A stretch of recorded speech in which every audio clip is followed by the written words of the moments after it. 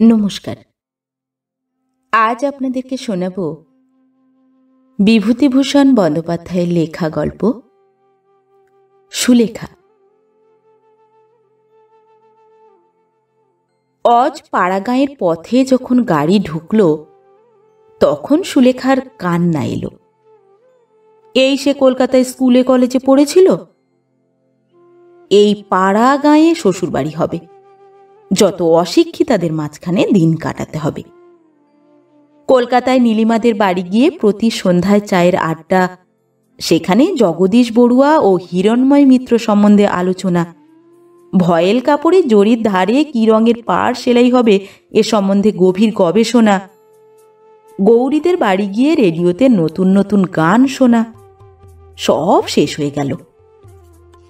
গানের সে ভীষণ ভক্ত, ভালো গান শুনতে পেলে আর কিছু সে চায় না। এই জন্যে কাকা তাকে স্কুলে দিয়েছিলেন, না দিলেও পারতেন, আরও অল্প বয়সে বিয়ে দিলেও চলত, তার চোখ ফুটবার আগেই। কথাটা সে কাউকে বলতেও পারলে না, বলতে পারলে বোঝা নেমে যেত অনেক। স্বামীকে তার পছন্দ হয়েছিল, স্বামী শ্যামবর্ণ, অল্প বয়স, বিয়ে পাশও করেছেন। কিন্তু হলে কি হবে, তিনি বিদেশে চাকরি করেন, গল্পগুজব করবার জন্য তাকে পাওয়া যাবে না সব সময়। অশিক্ষিতাদের মধ্যে অজ পাড়া গাঁয়ে একা একাই দিন কাটাতে হবে, মরে যাবে সে। নীলিমা কত দূরে পড়ে রইল, ও এবার আইএ পাশ করবে, সামনে কত আনন্দ ভরা মুক্ত জীবন।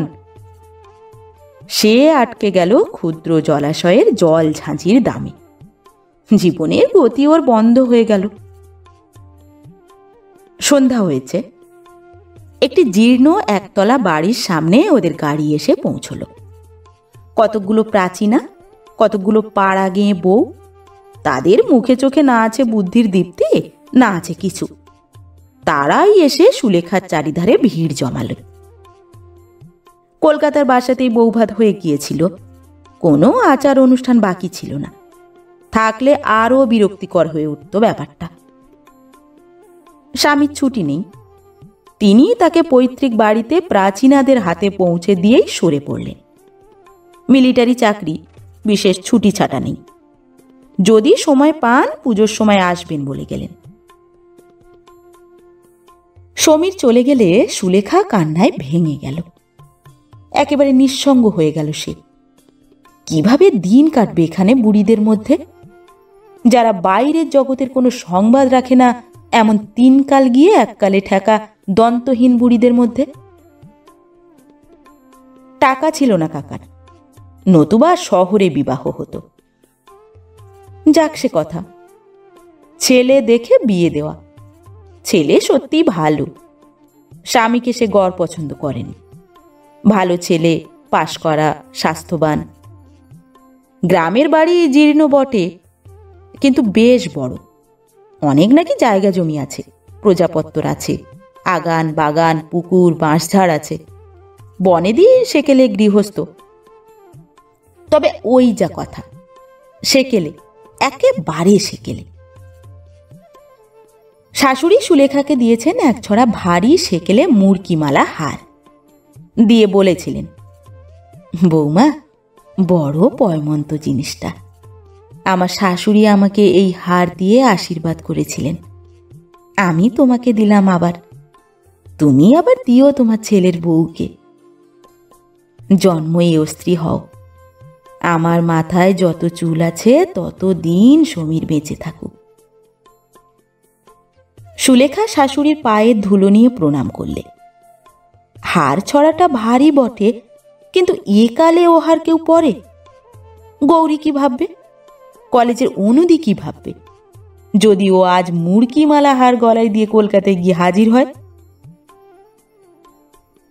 দিন 5-6 কেটে গেল। সুলেখাকে ভোরে উঠে কাজকর্মে বড় যা নীরদাকে সাহায্য করতে হয়। অবশ্যই নতুন বউ বলে এখনো কাজের ভার তেমন ঘাড়ে চাপেনি, কিন্তু নীরদাকে দিয়ে সে বুঝতে পারে এ সংসারে পুরনো বউ হয়ে গেলে কি ধরনের খাটুনিটা আশা করা যায়। নীরদা উদয়ান্ত খাটে, টিন টিন ধান সেদ্ধ করে, বোঝা বোঝা খার কাচে, খই মুড়ি ভাজে, দুবেলা রান্না করতে আসে। এখন ওরা একবেলার ভার সুলেখার উপর চাপিয়ে দিতে চেষ্টায় আছে বোধহয়। নিতান্ত চক্ষু লজ্জায় বলছে না। সুলেখা রাঁধতে জানে না যে তা নয়, কিন্তু গেঁয়ো রান্না, চচ্চড়ি, শুক্তুনি, মোচার ঘন্ট, ঝালের ঝোল, বড়ির টক, এসব সে রাঁধতে জানে না। তাছাড়া ভালোও লাগে না এসব তার। এভাবে জীবন নষ্ট করার কি মানে হয়? সুলেখা সুন্দরী মেয়ে, কলেজের থিয়েটারে গতবার মালিনীর পাঠ নিয়েছিল। সুশ্রী চেহারার জন্যে আর চমৎকার গানের গলার জন্যে যা মানিয়েছিল ওকে। গৌরীর মা টিস্যু শাড়ি পরিয়ে সোনার গহনা দিয়ে কপালে অলকা তিলকা এঁকে ওকে নিজের হাতে সাজিয়ে দিলেন। ইংরেজি অধ্যাপিকা তরুণী উষাদি গ্রিন রুমে এসে ওকে কিভাবে অভিনন্দিত করলেন, এসব কথা তো আর বছর রবীন্দ্র জন্মোৎসবের দিনের। আজ মনে হচ্ছে কত কাল, সেসব দিন শেষ হয়ে গেল। এর চেয়ে তার নাইবা বিয়ে হতো, থাকতো সে উষাদির মতো, নলিনীদির মতো, মিস সেনের মতো, মিস সাধুবালা গাঙ্গুলির মতো অবিবাহিতা।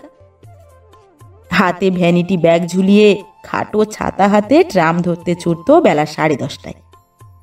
যেখানে খুশি তুমি যাও, সিনেমা দেখো, নাচ গানের জলসা ফার্স্ট ক্লাসে নিউ এম্পায়ারে, কি মজা। সকালবেলা ওর বড় যা এসে বললে, রাঙা বউ, এক কাজ করতে হবে যে। সুলেখা বললে, কি দিদি? কলাই ডাল নষ্ট হয়ে যাচ্ছে, এগুলো ছাদে নিয়ে গিয়ে রোদে দাও, তারপর বেলা পড়লে ঝেড়ে তুলতে হবে, বুঝলে? বেশ, পারবে তো? করিনি কখনো, তবে চেষ্টা করি। সুলেখা ডাল ছাদে দিয়ে এসেছে, তারপর আর ডালের কথা ওর মনে নেই। দুপুরে আহারের পরে একটু শোবা মাত্র ওর ঘুম এসেছে। বেলা 2টোর সময় কালো ভোমরার মতো মেঘ করে নেমেছে ঝমঝম জল। ও অঘরে ঘুমোচ্ছে তখন। ঘুম যখন ভেঙেছে তখনও সমানে বৃষ্টি হচ্ছে। শ্রাবণ মাসের বৃষ্টি খানা ডোবা ভর্তি করে ফেলেছে 2 ঘন্টার মধ্যে। সুলেখা উঠে চোখ মুছতে মুছতে জানালা দিয়ে দেখে অবাক হয়ে গেল। বৃষ্টির এমন রূপ সে শহরে দেখেনি কখনো।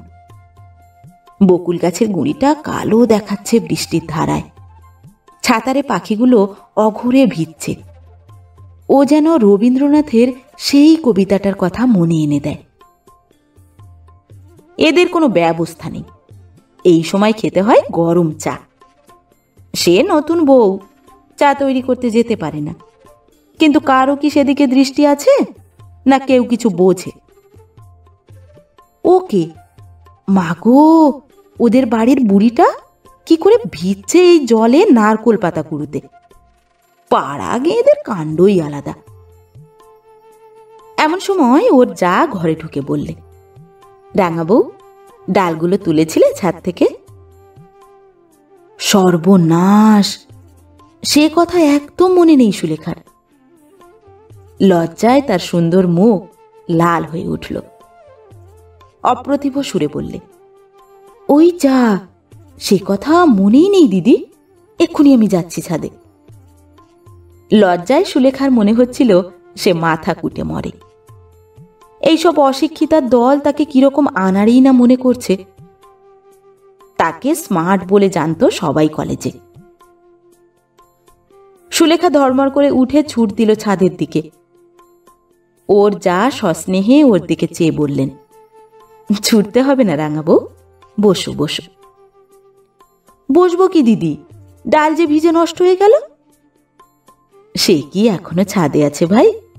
তুমি ঘুমোচ্ছিলে যখন বৃষ্টি এলো, সেই আমি তুলে আনলুম যে। কৃতজ্ঞতায় সুলেখার সুন্দর চোখের দৃষ্টি বিনত হয়ে এলো।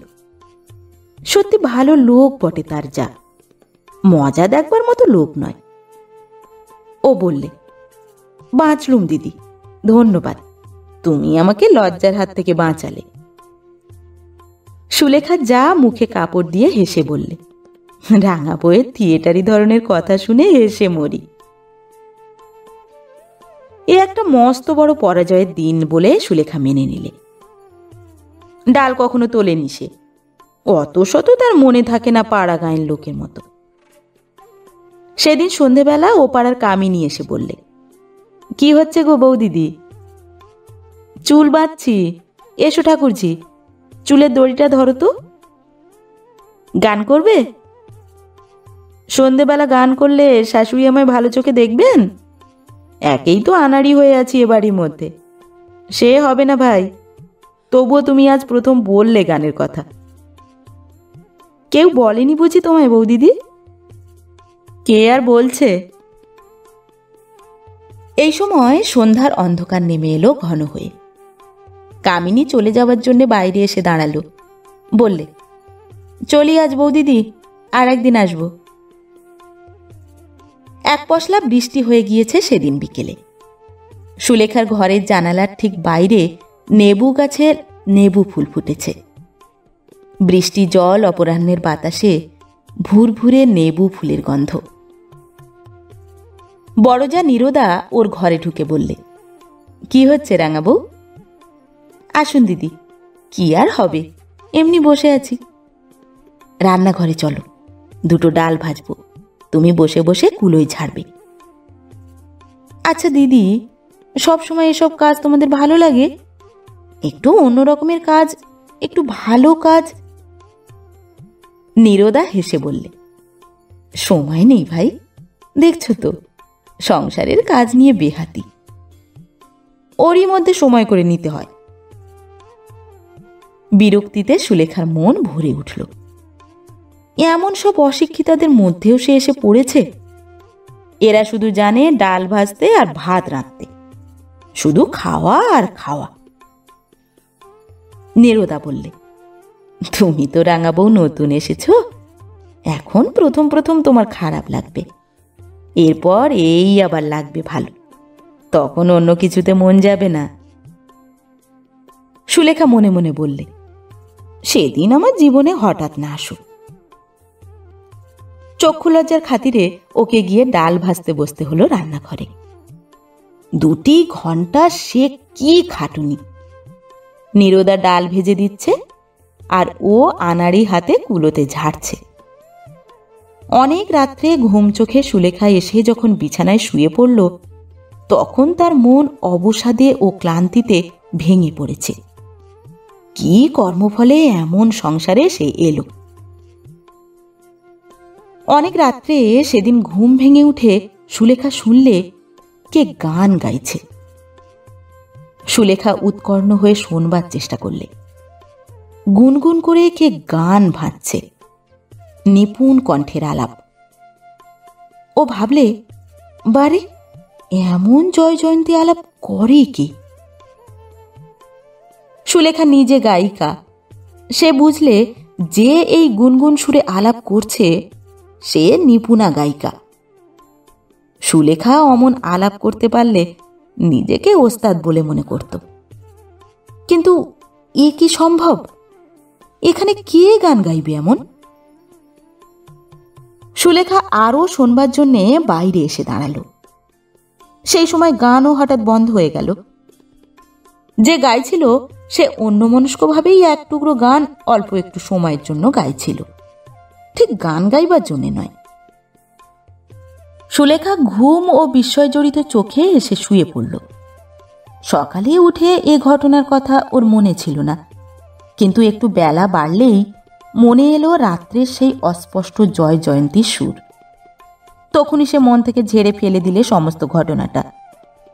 স্বপ্নের ব্যাপার হয়তো সমস্তটা। গ্রামের ওপাড়ায় সুলেখা কখনো যায়নি।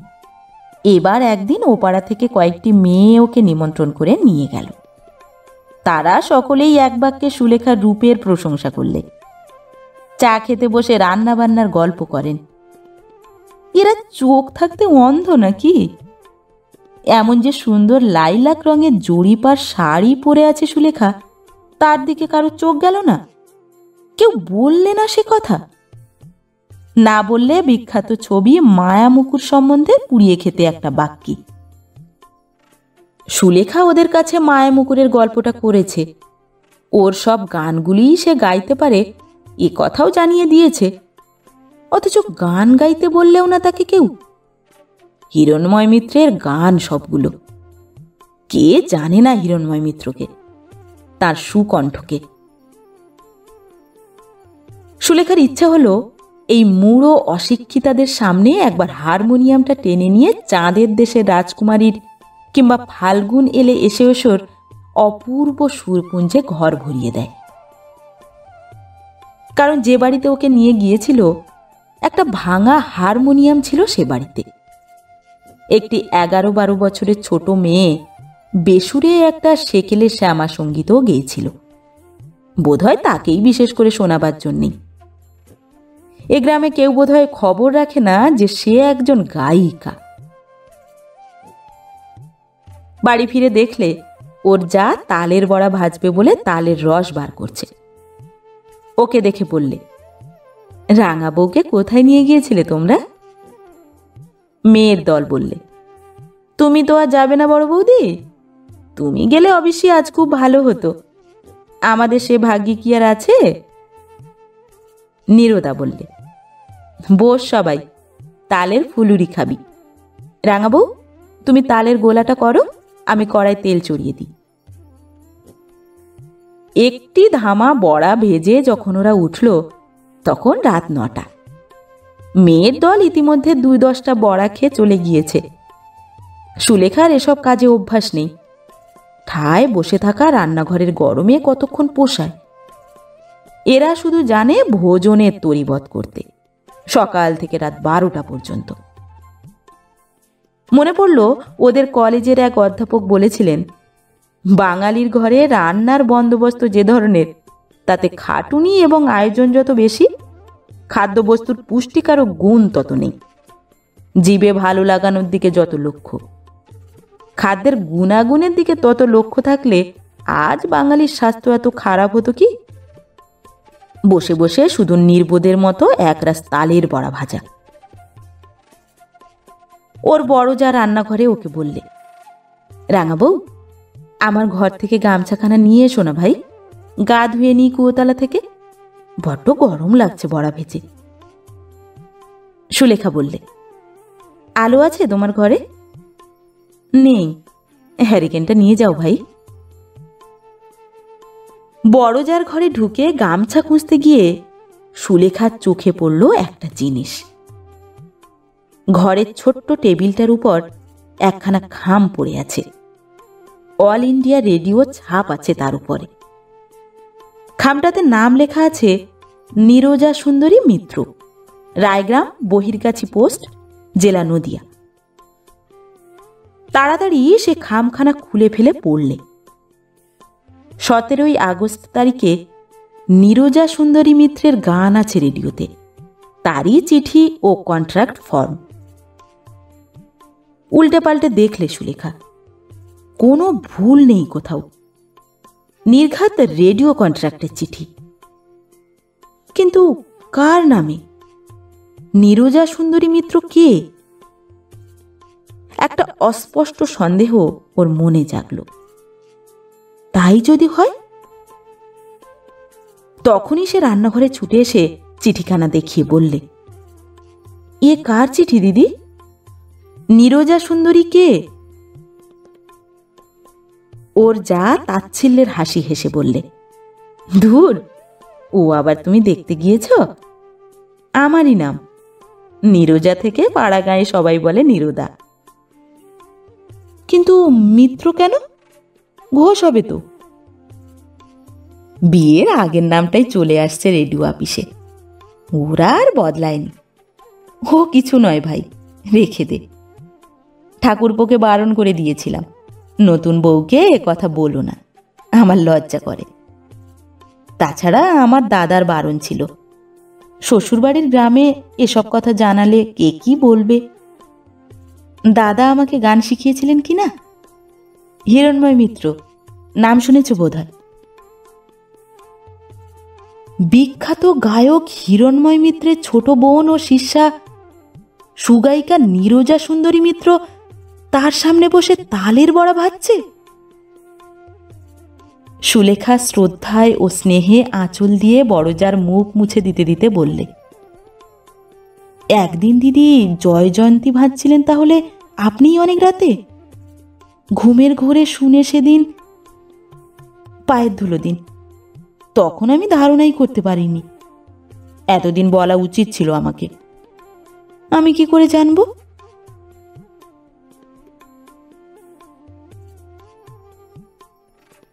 নমস্কার। পরবর্তী গল্প নিয়ে খুব শিগগির ফিরে আসছি। ততক্ষণ সবাই ভালো থাকবেন, সুস্থ থাকবেন। গল্প পাঠ ভালো লেগে থাকলে গল্পটিতে একটি লাইক করবেন এবং ভিন্ন ভিন্ন স্বাদের অডিও স্টোরি শোনার জন্য অবশ্যই চ্যানেলটি সাবস্ক্রাইব করবেন। ধন্যবাদ।